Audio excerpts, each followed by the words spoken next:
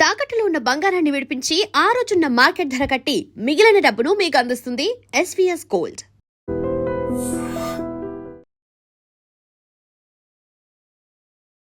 నమస్కారం, welcome to I dream. ధర్మ మార్గం విత్ విజిత కార్యక్రమానికి స్వాగతం.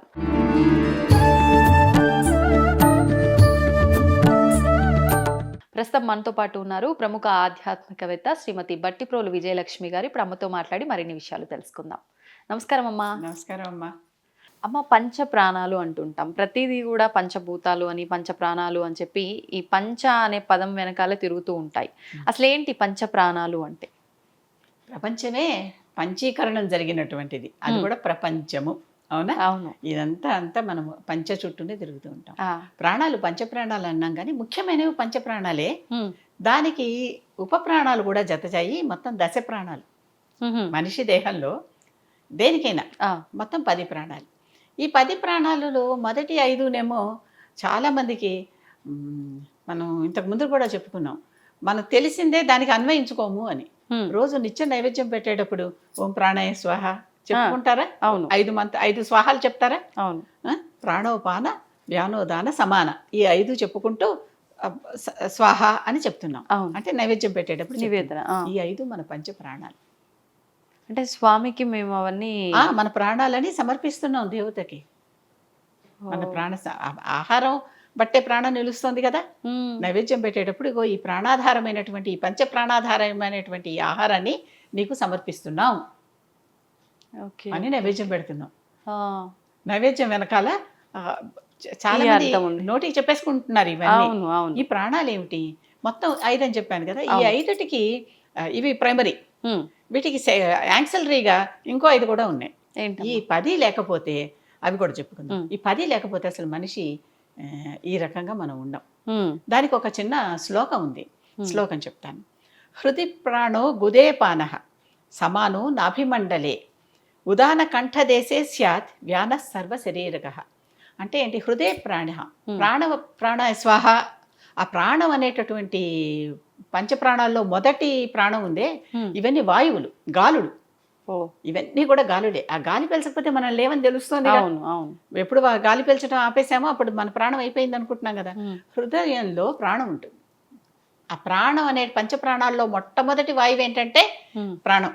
ఆ ప్రాణవాయువు అనేది హృదయంలో ఉంటుంది. హృదయంలో ఎప్పుడైతే ఈ ప్రాణవాయువు ఉంటుందో అది దాని పని ఏమిటి? హృదయాన్ని కదిలేలాగా చేయటం. హృదయంలో ఎలా అయితే ఇప్పుడు వాయువు వచ్చి కదులుతూ పోతూ ఇలా కవాటాలు మూసుకుంటూ తెరుచుకుంటూ ఉంటే రక్తం శుద్ధి అయిపోయి అన్ని చోట్లకి వెళ్ళిపోతుందిగా, వెళ్లాల్సిన చోట్లకంతా. కనుక మొత్తం ప్రాణాన్ని ఈ శరీరం అనేటటువంటి మెషిన్ని కంట్రోల్ చేసేటటువంటిది హృదయం. ఆ హృదయంలో చెల్లించేటటువంటి వాయువు ప్రాణవాయువు. అదే మొట్టమొదటి వాయువు ప్రాణం. రెండోది హృదయ ప్రాణో గుదేపానః.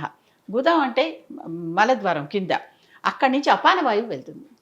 చాలా మందికి జీర్ణం కాకపోతే కింద నుంచి శబ్దంతో వాయువు వెళ్ళిపోవటం, ఇలాంటివన్నీ మనం గమనిస్తూనే ఉంటాం. ఈ అపాన వాయువు ఏం చేస్తుంది? వ్యర్థమైనవన్నీ లోపల అనవసరంగా నిలవబడిపోతే మనకి ఎలా అయితే ఇబ్బంది కలుగుతుందో అవన్నీ బయటకు తోసేస్తూ ఉంటుంది. ఓహోహోహో. అంటే కావాల్సినప్పుడు లోపలికి ఉండాలి, గుండె పనిచేసేలాగా, అక్కర్లేనప్పుడు బయటికి పంపించేయాలి. ఈ బయటికి పంపించేసేటటువంటి వాయువుని అపాన వాయువు అంటాం. ఇది అపాన ప్రాణం. ఇది రెండో ప్రాణం అపానం. తర్వాత మూడవది సమానో నాభి మండలే. ఈ నాభి ఇక్కడ కూర్చుని, నాభి అంటే బొడ్డు, సరిగ్గా మన శరీరానికి గర్భిణాభి అనుకుంటూ ఉంటాం, ఎప్పుడన్నా విన్నారా? Central point. అక్కడ సమానమైన వాయువు ఉండి ఇది అన్ని చోట్ల మొత్తం అన్ని సరిగ్గా ఉన్నాయా లేదా అని కంట్రోల్ చేసేటటువంటి ఒక రెగ్యులేటర్ అనమాట. అన్ని చోట్ల అన్ని సమానంగా వెళ్తున్నాయా లేదా, వస్తున్నాయా లేదా. ఎప్పుడైతే ఎక్కడైనా ఒకటి సమానంగా వెళ్ళకపోతే, ఎవరికైనా నొప్పి అనగానే కడుపు నొప్పి ఇలా అంటుంటారు చూడండి. బొడ్డు దగ్గర నొప్పి, కడుపు నొప్పి, ఇక్కడ పోట్లు పెడుతున్నాయి అంటే ఎక్కడో ఏదో ఒక వాయువు సరిగ్గా ప్రవర్తించట్లేదు. అప్పుడు దానికి అక్కడ వైద్యం చేస్తే, అందుకనే పొట్ట నొక్కటం, ఏదో తమలపాకుకి ఆముదం రాసి చిన్నప్పుడు పిల్లలు కడుపు నొప్పి ఇలా కడుపు మీద కాపేవాళ్ళం. అలాంటివేవో చేసి మళ్ళీ ఆ సమాన వాయువుని సరిగ్గా అన్ని చోట్లకి ప్రసారం అయ్యేలాగా చేసుకోవటం. ఇది సమానం. సమానాయ స్వాహ, అది కూడా మనం మంత్రం చెప్తున్నాం. ప్రాణాయ స్వాహ, అపానాయ స్వాహ, సమానాయ స్వాహ. వ్యానం, ఈ వ్యానం అనేది కంఠంలో ఉంటుందట. ఈ కంఠంలో ఉండేటటువంటి వానం కాదు, ఉదానం. ఉదాన కంఠే ఉదానం అనే వాయువు, ఉదానం అంటే ఉడాన్ అంటాం చూడు, ఒక రకంగా మనకి పైకి తేలిగ్గా శరీరం లేచి కదిలేలా ఎక్కడక్కడ కూలబడిపోకుండా ఉండేలాంటి చేసేది.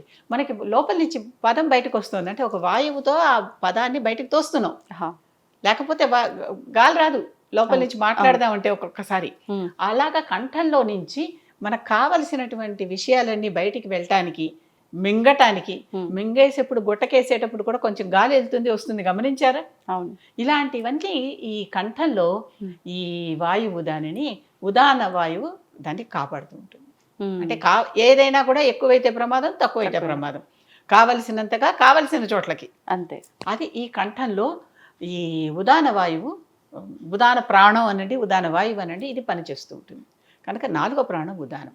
ఇక చివరికి 5వది, ఇది మొత్తం సమస్త శరీరంలోనూ వ్యాపించి ఉంటుంది. అది ఏమిటి? వ్యానహ. వ్యానం అంటే మొత్తం శరీరం అంతా కూడా వ్యాపించి ఉంటుంది. మీరు మెటికలు ఇరుస్తూ ఉంటారు, ఇక్కడ ఏదో గాలి ఒకటి టక్ టక్ మన సౌండ్ వస్తూ ఉంటుంది, మోకాళ్ళు అప్పుడప్పుడు సౌండ్ వస్తూ ఉంటాయి, భుజాల సౌండ్లు వస్తూ ఉంటాయి. శరీరంలో అన్ని రకాల భాగాల్లోనూ ఉన్నటువంటి చెవుల్లోంచి వేడి గాలి వచ్చేస్తుంది, ముక్కుల్లోంచి వేడి గాలి ఇవన్నీ అంటూ ఉంటారా లేదా? అవును. కనుక ఇవన్నీ అంటే మన శరీరంలో ఉన్నటువంటి లోపల ఎక్కడెక్కడ వాయువులు నిలిచిపోతే అక్కడ నిలిచిపోతే నొప్పు కలుగుతుంది కనుక ఆ వాయువుల్ని మనం రిలీజ్ చేసుకుంటూ ఉంటాం కదులుతూ. అవును. అయితే మొత్తం ఈ సమస్త శరీరాన్ని వ్యాపించి ఉండేటటువంటిది ఈ వ్యానవాయువు. ఇవి ముఖ్యమైన 5 వాయువులు. ఈ వాయువుల్లో ఏ వాయువు లేకపోయినా మనిషి చాలా జబ్బు పడ్డట్టు. అసలు హృదయంలో ఆగిపోతే ప్రాణం పోయిందంటారు, ప్రాణం పోయిందంటారు. అవును. అంటే ప్రాణవాయువు ఆగిపోయింది అక్కడ. అది అలాగా ప్రాణోపాన వ్యానోదాన సమాన ఈ 5 కలిసి మొత్తం మన శరీరంలో ఉన్న వాయువులన్నింటినీ కంట్రోల్ చేస్తూ పంచ ప్రాణాలు మనకి. చాలామంది వాడినాక 6వ ప్రాణం, పంచప్రాణాలు వాడే ఇలాంటి పదాలు కూడా మనం చాలా వింటూ ఉంటాం. 6వ ప్రాణం అనేది కాదు కానీ 10 ప్రాణాలు ఉన్నాయి. ఇంకో 5 ఏమిటి? ఈ 5 వీటికి ఉప ప్రాణాలు, అంటే వీటికి హెల్పర్స్గా పనిచేసేటటువంటి, కానీ అవి కూడా చాలా ముఖ్యం, అవి ఎంతో ముఖ్యం. ఈ 5 ఏమిటి? ఈ నెక్స్ట్ వచ్చేటటువంటివి వాగ్ద్వారే నాగాఖ్యాత కూర్మ ఉన్మీలనే స్మృత క్రకరాఖ్యా క్షుతంన్యయం దేవదత్తాత్ విజృంభణం నజహాతి మృతం వ్యాపి సర్వవ్యాపి ధనుంజయ. మొట్టమొదట నాగ, కూర్మ, క్రకుర, దేవదత్త, ధనుంజయాలివి. ఈ నాగ అనే వాయువు వాగ్ద్వారే నోటి దగ్గర పనిచేస్తూ ఉంటుందిట. ఈ మాత్రంగా ఉంటే చాలు, మనం తినటానికి కానీ మాట్లాడటానికి కానీ ఏదన్నా ఒక విషయం చెప్పటానికి కానీ అన్నిటికీ ఈ నాగం అనేటటువంటి వాయువు నోటి లోపల వాగ్ద్వారంలో ఉండి మనకు అది హెల్ప్ చేస్తుంది. లేకపోతే మాట పడిపోయింది అంటాం, ఎప్పుడన్నా విన్నా, ప్రాణాలు ఉంటాయి వాడికి, ఇంకా ఉంటాయి, మాట ఒక్కటే పడిపోతుంది. అవును, అలాంటివి. అలాగే 2వది కూర్మం అనేది, కూర్మం అంటే తాబేలు కదా, తాబేలు ఏం చేస్తుంది? ఏమన్నా చుట్టుపక్కల అటు ఇటు వస్తుంటే వెంటనే లోపల ముడుచుకుంటుంది, అసలు అలాగే ఉంటుంది. కంటి రెప్పలని కాపాడేటటువంటిది కురుకురం, కూర్మం. ఇప్పుడు ఏదన్నా కనగానే ఒక్కరు కళ్ళు మూస్తామా? మన కంటి ముందర వెంటనే కళ్ళు మూసుకుంటాం. కంటిరెప్పల్లా కాపాడారని ఇవన్నీ మాటలు మనం వింటూ ఉంటాం. అలాగ తాబేలు వలె అక్కర్లేనప్పుడు ఈ కంటి నుంచి ఏవి కంటి మీదకి రాకుండా కంటి లోపలికి వెళ్ళేవి, మనం కంటితో మాట్లాడేది, కంటితో కూడా మనం సంభాషిస్తూ ఉంటాం, ఎన్నో కమ్యూనికేషన్స్ పంపిస్తూ ఉంటాం, అవి అన్నీ ఈ కూర్మం ద్వారా జరుగుతాయి. కూర్మం ప్రాణం ఇంకోటి, నాగం ప్రాణమేమో గొంతులో మాట. వాళ్ళ కళ్ళు కూడా కదలటం లేదండి, నిశ్చలంగా అయిపోయినాయి అనే మాటలు విన్నారా ఎవరికైనా? కోమాలోకి వెళ్ళినప్పుడు వాళ్ళకి ఇంకా అసలు ప్రాణాలు ఏవో ఉన్నాయి, కోమాలో కానీ కాదు, ఇంట్లో కూడా అలా నిశ్చలంగా అలా ఉంటారు, కళ్ళు కూడా తిప్పట్లేదండి, ఏం చేసినా కదలటం లేదండి అంటాం. ఇలాంటివి ఇవి కూర్మం. అంటే ఒక్కొక్క ప్రాణం బలహీనపడుతున్న కొద్దీ ఆ అంగం బలహీనపడుతూ ఉంటుంది. అంటే ఇంక ఇవన్నీ ఆఖరి స్టేజ్లో మళ్ళీ వెనక్కి రావచ్చుగా. అదేలేండి, మధ్యలో జబ్బు పడ్డప్పుడు మళ్ళీ వెనక్కి కూడా రావచ్చుగా. కనుక ఈ ఇంకోటి 3వది ఈ కృక్కరం అనేది, ఇది అది ఎలా ఉంటుందంటే కుర్మ ఉన్మీలనం అంటే కళ్ళు ఇలా ఆపి తెరవటం, కళ్ళు మూసి తెరవటం ఉన్మీలనం అంటే అది. అలాగే కృకరాఖ్య క్షుతం న్యాయం. క్షుతం అంటే తుమ్ముతాము చూడండి, తుమ్ముతాము, లేకపోతే ఏదో ఆవులిస్తాము, అవన్నీ వాయువులేగా. ముక్కు దగ్గరికి ఏదైనా ఒకటి రాగానే వెంటనే మనకి ఎలర్జీ లాగా వచ్చేస్తుంది, తుమ్మేస్తాం. అవును, అంటే అక్కడ లోపలికి అనవసరమైన వెళ్ళనీయకుండా లోపల అనవసరమైన బయటకు పెట్టేస్తూ చేసేటటువంటి వాయువు ఇది కృకరం. నాగం, కూర్మం, కృకరం. తర్వాత దేవదత్త అనేటటువంటిది ఇదే ఎట్లా విజృంభణం. విజృంభణం అంటే ఆవలింతలు. మనకు ఉన్నటువంటి బాగా అలసిపోయినా, బాగా నిద్ర వచ్చినా, లేకపోతే ఎక్కువ శ్రమ పడినా మనకి ఎలా ఆవలింతలు వస్తాయి. అవును.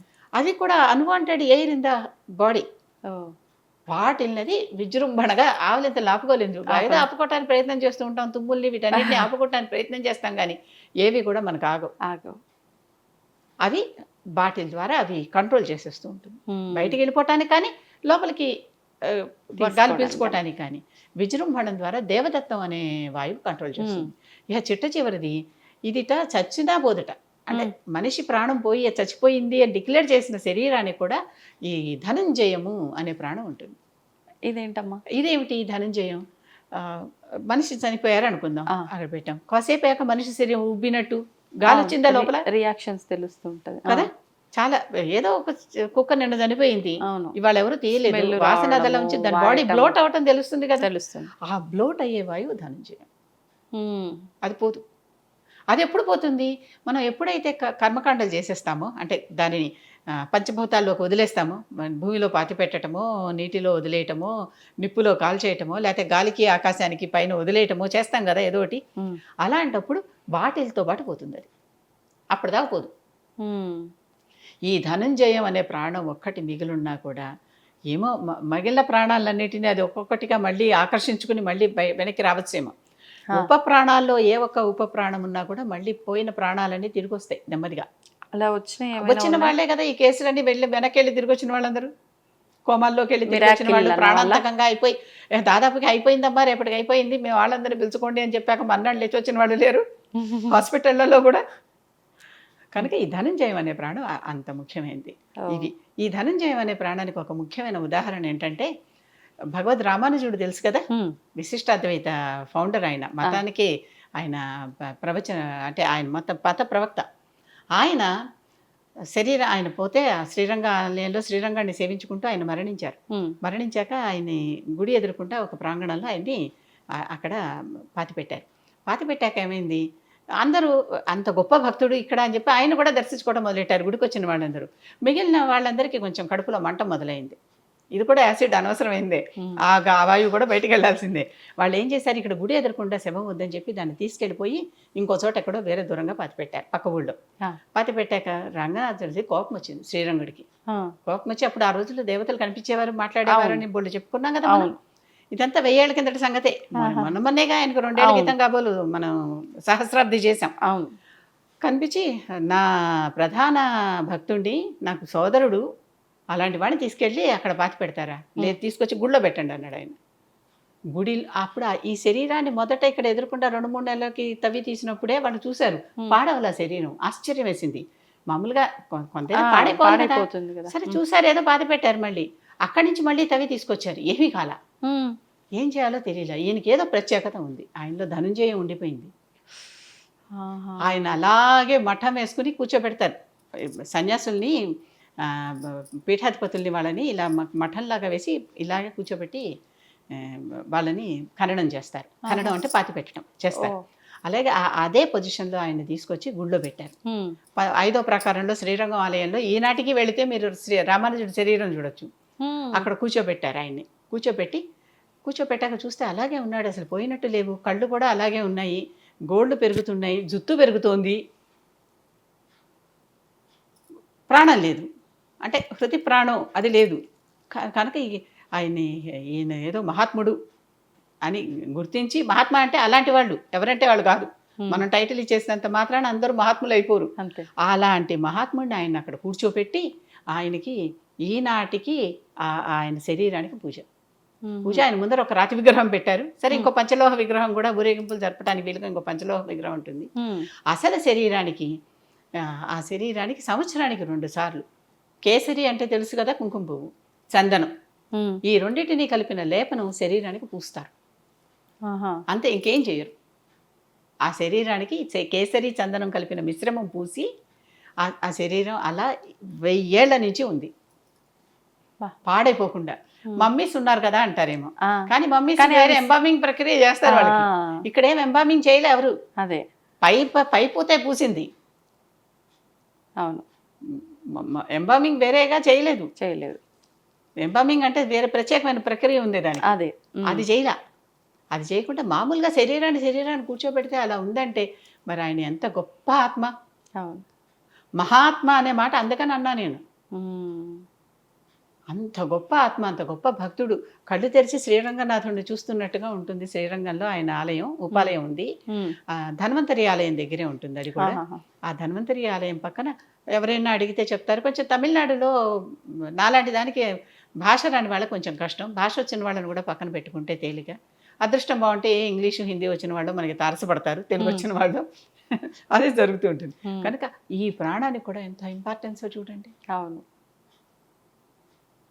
మనకు కంటెదురకుండా ఉదాహరణ ఇది. ఉదాహరణ. ఇంకా మళ్ళీ ఎవరిది ఈ ఇంతవరకు రకంగా లేదు. ఇంతవరకు నా దృష్టికి ఎవ్వరూ రాలేదు. అంటే పురాణాల్లో కూడా ఉన్నాయి. ఎక్కడ? వాళ్ళు సజీవ సమాధి అంటారు కదా, అవును. బ్రహ్మం గారిది సజీవ అవును. సమాధి, ఇలా చాలా చాలా మందివి సజీవ సమాధులు ఉన్నాయి కదా. ఉమ్. వాటి లోపల ఉన్నారేమో, మనం మళ్ళీ తవ్వి అంటే తీసి ఇప్పుడు చూడలేదు కదా. సజీవ సమాధి అంటే వాళ్ళంతా వాళ్ళ వాళ్ళు ప్రాణం సమాధి ఉండంగానే అవ్వడం, వాళ్ళే ప్రాణంతో. సమాధి స్థితిలోకి వెళ్ళిపోయి లోపలికి వెళ్ళిపోయారు. అంటే వాళ్ళ అన్ని ప్రాణాలు ఉన్నాయి వాళ్ళు. ఉండంగానే వెళ్ళిపోయారు, వాళ్ళంతటి వాళ్ళే నడుచుకుని వెళ్ళిపోయారు. ఉమ్. కానీ వాళ్ళని తిరిగి తవ్వి తీసి ఎలా ఉన్నారని చూడలేదు కదా మనం. చూడలేదు. ఉన్నారంటారా సమాధిలోనే? బ్రహ్మం గారిది అయితే మర్నాడు వచ్చి ఆయన తవ్వి తీశాడు. ఆ. వాళ్ళ భక్తుడు ఉన్నాడు కదా, ఉమ్. అతని పేరు ఏదో ఉంటుంది, అతను తీశాడు. మళ్ళీ ఒకసారి తీసి చూశాడు. ఉమ్. చూస్తే లేచి, ఎందుకు తీసావు, నన్ను డిస్టర్బ్ చేస్తున్నావు, చెయ్యొద్దు అని చెప్పారట ఆయన. మళ్ళీ వెంటనే మూసేశారు. ఇది బ్రహ్మంగారి చరిత్రలో మనకు కనపడుతుంది. ఓకే. ఓకే.